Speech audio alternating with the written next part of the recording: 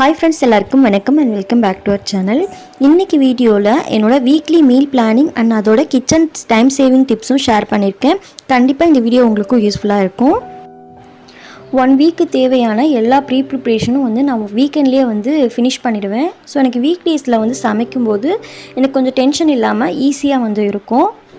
ஒரு வாரத்துக்கு நமக்கு என்னென்ன வெஜிடபிள்ஸ் தேவைப்படுதோ அதெல்லாம் ஒரு நோட் பேடில் நோட் பண்ணிவிட்டு நான் வாங்கிட்டு வந்துடுவேன். வாங்கிட்டு உடனே பார்த்திங்கன்னா கழுவிட்டு அதை அந்தந்த பாக்ஸில் ஸ்டோர் பண்ணி வச்சுருவேன்.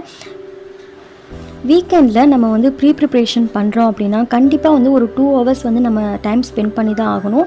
நம்ம ப்ரிப்ரேஷன் முடிச்சு வச்சிட்டோம் அப்படின்னா வீக் டேஸில் நம்ம ஈஸியாக டென்ஷன் இல்லாமல் சமைக்கலாம். இந்த புதினா மல்லி இதெல்லாம் பார்த்திங்கன்னா வாஷ் பண்ணாமல் நான் ஒரு பாக்ஸில் ஸ்டோர் பண்ணிடுவேன். வாஷ் பண்ணிவிட்டு காய வச்சோம் அப்படின்னா கொஞ்சம் அழுகிற மாதிரி தெரியுது. மல்லி பார்த்திங்கன்னா கீழே இருக்க வேரை மட்டும் நான் கட் பண்ணிவிட்டு அப்படியே ஒரு பாக்ஸில் நான் ஸ்டோர் பண்ணிடுவேன். அதில் கொஞ்சமாக மல்லி மட்டும் எடுத்து வேறு ஒரு பாக்ஸில் நான் கட் பண்ணி வச்சுருவேன். ரசத்துக்கு குழம்புக்கு இதெல்லாம் யூஸ் பண்ணுறதுக்கு எடுத்து வச்சுருவேன். ஒரு வாரத்துக்கு பார்த்திங்கன்னா என்னென்ன தேவைப்படுதோ இது மாதிரி பார்த்திங்கன்னா ஒரு பாக்ஸில் ஒரு டிஷ்யூ பேப்பர் போட்டு நான் ஸ்டோர் பண்ணி ஃப்ரிட்ஜில் வச்சுருவேன். கருவேப்பிலை வாஷ் பண்ணிவிட்டு காய வச்சதுக்கு பிறகு நான் ஸ்டோர் பண்ணிப்பேன். தென் காலிஃப்ளவர் இப்போ சமைக்கிறேன், நாளைக்கு சமைக்கிறேன் அப்படின்னா முன்னாடி நாள் நைட்டு கட் பண்ணி ஃப்ரிட்ஜில் வச்சுருவேன். பச்சை மிளகாய் நம்ம ஸ்டோர் பண்ணும்போது அதோட காம்பெல்லாம் நீக்கிட்டு நம்ம ஒரு கீழே ஒரு டிஷ்யூ பேப்பர் இல்லைன்னா பேப்பர் போட்டு வச்சோம் அப்படின்னா 2 weeks வர கூட நல்லாயிருக்கும். நெக்ஸ்ட்டு ஒரு வாரத்துக்கு தேவையான இட்லி மாவு நம்ம வீக்கெண்ட்லேயே ப்ரிப்பேர் பண்ணி வச்சிட்டோம் அப்படின்னா நமக்கு டிஃபன் செய்கிறதுக்கு எந்த ஒரு கஷ்டமும் இருக்காது. ஈஸியாக நம்ம ப்ரிப்பேர் பண்ணிக்கலாம். இதனோட ரேஷியோ பார்த்திங்கன்னா அரிசி இட்லி அரிசி 5 டம்ளர், அதுக்கப்புறம் பார்த்திங்கன்னா 1 டம்ளர் அளவுக்கு உளுந்து எடுத்திருக்கேன். 5:1 அந்த ரேஷியோவில் நான் எப்பவும் எடுப்பேன். நெக்ஸ்ட்டு நமக்கு ஒரு வாரத்துக்கு மெயினாக சமையலுக்கு தேவைப்படுறதுன்னு பார்த்திங்கன்னா தேங்காய் தான். தேங்காயை பார்த்திங்கன்னா நம்ம கட் பண்ணி ஃப்ரிட்ஜில் ஸ்டோர் பண்ணோம் அப்படின்னா 1 week வரை கூட நம்ம யூஸ் பண்ணிக்கலாம். நீங்கள் ஃப்ரீசரில் வச்சிங்க அப்படின்னா 2 months கூட நீங்கள் யூஸ் பண்ணிக்கலாம். நான் இந்த மாதிரி ஒரு மூடி மட்டும் திருவிட்டு அதை ஒரு பேனில் ட்ரையாக வதக்கிப்பேன். வதக்கிட்டு நான் ஸ்டோர் பண்ணிட்டேன் அப்படின்னா நம்ம பொரியலுக்கெலாம் நம்ம யூஸ் பண்ணுறதுக்கெலாம் ரொம்ப யூஸ்ஃபுல்லாக இருக்கும். இந்த தேங்காயில் நம்ம எதுவுமே ஆட் பண்ண தேவையில்லை. பேனை நல்லா ஹீட் பண்ணிவிட்டு அந்த தேங்காயில் இருக்க தண்ணிலாம் நல்லா வத்துற அளவுக்கு இதை நம்ம வதக்கி எடுத்துக்கணும்.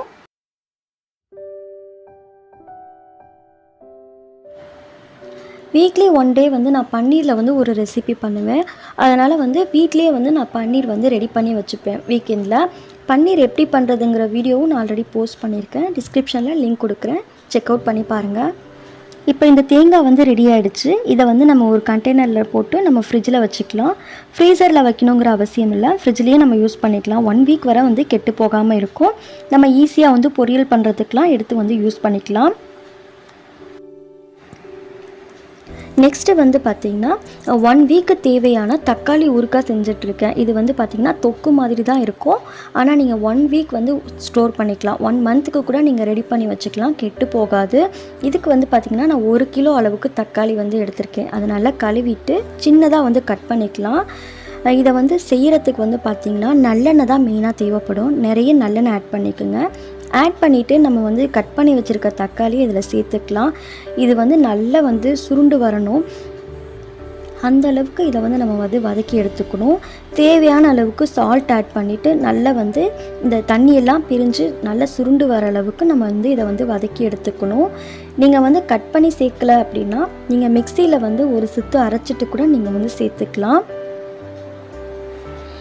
பன்னீர் ரெடி ஆகிடுச்சு. அதனால் மேலே வெயிட் வச்சுருக்கேன். ஒரு 2 hours அப்புறம் இதை நம்ம எடுத்து கட் பண்ணி ஃப்ரிட்ஜில் ஸ்டோர் பண்ணிக்கலாம். ஃப்ரீசரில் வச்சிட்டோம் அப்படின்னா 1 week கூட நம்ம ஸ்டோர் பண்ணிக்கலாம். இந்த தக்காளி ஊறுகாய் செய்கிறதுக்கு மேக்ஸிமம் ஒரு 1/2 hour ஆகும். இந்த தண்ணிலாம் நல்லா வற்றணும். வற்றினதுக்கு பிறகு நம்ம இதில் புளி ஆட் பண்ணிக்கலாம். நான் நார்மல் தக்காளி தான் எடுத்திருக்கேன். நீங்கள் நாட்டு தக்காளி எடுத்துக்கிட்டிங்க அப்படின்னா இன்னும் நல்லா டேஸ்ட்டு கிடைக்கும். ஒரு சின்ன துண்டு நெல்லிக்காய் சைஸ் அளவுக்கு தான் நான் புளி எடுத்திருக்கேன். அதை கரைச்சிட்டு அதை ஃபில்ட்ரு பண்ணிவிட்டு அந்த புளி தண்ணி இதில் ஆட் பண்ணிக்கிறேன். நெக்ஸ்ட் இந்த தேங்காய் வந்து ஆறிடுச்சு. அதை வந்து ஒரு கண்டெய்னரில் போட்டு நான் வந்து ஃப்ரிட்ஜில் வச்சுருவேன். எனக்கு வந்து ஒரு பாட்டில் வந்து வந்திருக்கு. இது 1 வீக்குக்கு எனக்கு வந்து கரெக்டாக இருக்கும். ஸோ இதை வந்து நம்ம ஃப்ரிட்ஜில் எடுத்து வச்சிடலாம். இங்கே வந்து தக்காளி தொக்கில் கொஞ்சமாக வந்து பார்த்திங்கன்னா வெந்தயம் வந்து 1 ஸ்பூன் அளவுக்கு வறுத்துட்டு அதை வந்து பவுடர் பண்ணி எடுத்திருக்கேன். அதையும் வந்து சேர்த்துட்டு இது கூடவே வந்து மஞ்சள் தூள், அதுக்கப்புறம் வந்து தேவையான அளவுக்கு உப்பு ஆட் பண்ணிக்கோங்க. அதுக்கப்புறம் வந்து காரத்துக்கு தகுந்தாக்கில் மிளகாய் தூள் ஆட் பண்ணிக்கலாம். நான் வந்து 2 ஸ்பூன் அளவுக்கு மிளகாய் தூள் ஆட் பண்ணியிருக்கேன். காஷ்மீரி மிளகாய் தூள் வந்து 1 ஸ்பூன் அளவுக்கு எடுத்திருக்கேன். அதையும் வந்து சேர்த்துட்டு இதோட ராஸ்மெல்லாம் போகிற அளவுக்கு இதை வந்து நம்ம வந்து வதக்கிக்கலாம். காஷ்மீரி சில்லி பவுடர் வந்து தேவைப்பட்டால் ஆட் பண்ணிக்கோங்க, ஆப்ஷனல் தான். எண்ணெய்லாம் நல்லா பிரிஞ்சு வந்ததுக்கு பிறகு இதுக்கு வந்து நம்ம தாளிப்பு கொடுத்துக்கலாம். ஒரு பேனில் கொஞ்சமாக ஆயில் ஆட் பண்ணிவிட்டு கடுகு, பெருங்காயத்தூள், அதுக்கப்புறம் வந்து பூண்டு வந்து ஒரு 10 போல் எடுத்திருக்கேன். அதையும் சேர்த்துட்டு ஸ்டவ் ஆஃப் பண்ணிவிட்டு கருவேப்பிலை ஆட் பண்ணிக்கலாம். ஆட் பண்ணிவிட்டு இதெல்லாம் நல்லா பொரிஞ்சதுக்கு பிறகு நம்ம வந்து இந்த தக்காளி ஊறுகாயில் ஆட் பண்ணிக்கலாம். இந்த தக்காளி ஊறுகாயை நம்ம சாதத்துக்கு கூட மிக்ஸ் பண்ணி சாப்பிட்டுக்கலாம். இட்லி, தோசைக்கு கூட இதோட காம்பினேஷன் வந்து ரொம்ப நல்லாயிருக்கும். நம்ம சட்னிலாம் செய்கிறதுக்கு டைம் இல்லை அப்படின்னா இந்த ஊறுகாவையே நம்ம வந்து வச்சு சாப்பிட்டுக்கலாம். இதை நல்லா கலந்ததுக்கு பிறகு நம்ம இதை ஆற வச்சுட்டு ஒரு பாட்டிலில் வந்து நம்ம ஸ்டோர் பண்ணி வச்சுக்கலாம். தக்காளி ஊறுகான்னு கிடையாது, அதே மாதிரி நான் வந்து புதினா சட்னி, கொத்தமல்லி சட்னி இது மாதிரி கூட நான் வந்து ஒரு வீக்குக்கு வந்து நான் ப்ரிப்பேர் பண்ணி வச்சுப்பேன். ரொம்ப எனக்கு யூஸ்ஃபுல்லாக இருக்கும். எனக்கு வந்து 2 பாட்டில் வந்தது. இதில் வந்து ஒரு பாட்டில் மட்டும் நான் ஃப்ரிட்ஜில் வச்சுட்டு ஒரு பாட்டில் வந்து வெளியில் வந்து நான் ஸ்டோர் பண்ணி வச்சுப்பேன்.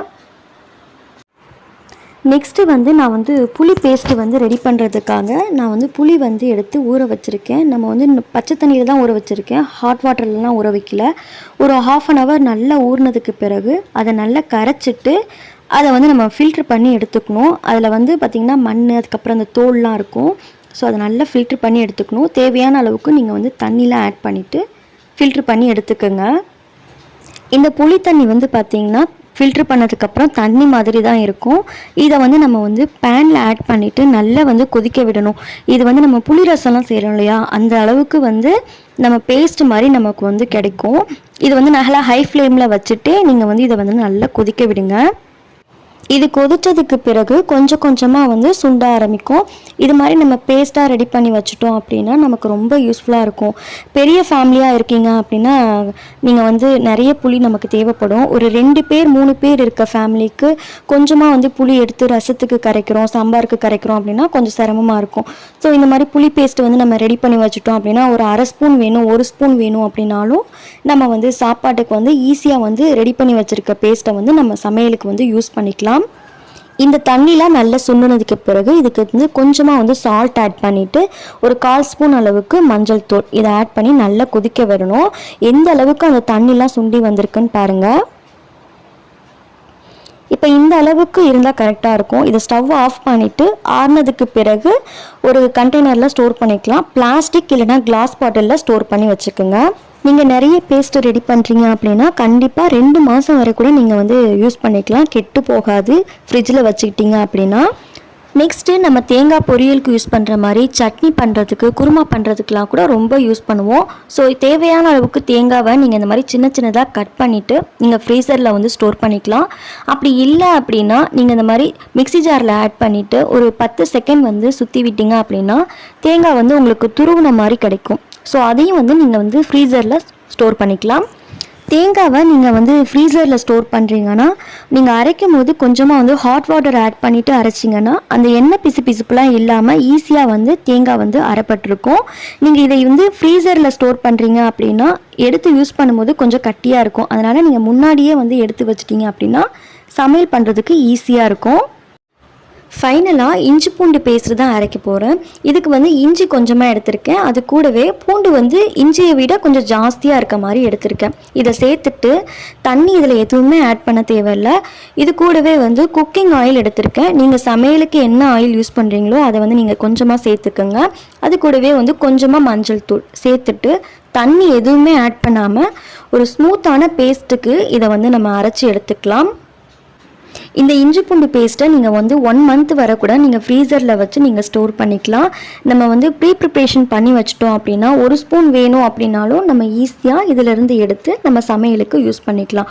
ரொம்ப ரொம்ப யூஸ்ஃபுல்லாகவும் இருக்கும். இதை வந்து நீங்கள் பிளாஸ்டிக் இல்லைனா வந்து கிளாஸ் கண்டெய்னரில் போட்டு நீங்கள் ஸ்டோர் பண்ணி ஃப்ரீசரில் வச்சுக்கலாம். இல்லை ஃப்ரிட்ஜில் வச்சிங்க அப்படின்னாலும் உங்களுக்கு வந்து ஒரு 4 டேஸ்க்கு வரை நீங்கள் தாராளமாக யூஸ் பண்ணிக்கலாம். இந்த 1 வீக்குக்கு நான் என்ன ப்ரிப்பேர் பண்ணியிருக்கேன்னு பார்த்தீங்கன்னா, இஞ்சி பூண்டு பேஸ்ட் வந்து ப்ரிப்பேர் பண்ணியிருக்கேன். நெக்ஸ்ட்டு வந்து புளி பேஸ்ட்டு வந்து ரெடி பண்ணி வச்சுருக்கேன். அப்புறம் பொரியலுக்கு வந்து தேங்காயை வந்து இந்த மாதிரி வதக்கி ஒரு கண்டெய்னரில் போட்டிருக்கேன்.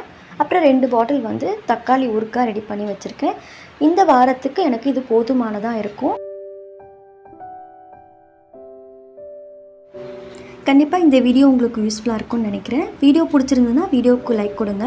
இப்போ தான் இந்த வீடியோவை ஃபஸ்ட் டைம் பார்க்குறீங்க அப்படின்னா மறக்காமல் ப்ளீஸ் சப்ஸ்கிரைப் பண்ணுங்கள். இன்னொரு இன்ட்ரெஸ்டிங்கான வீடியோவில் பார்க்கலாம். தேங்க்ஸ் ஃபார் வாட்சிங். தேங்க்யூ.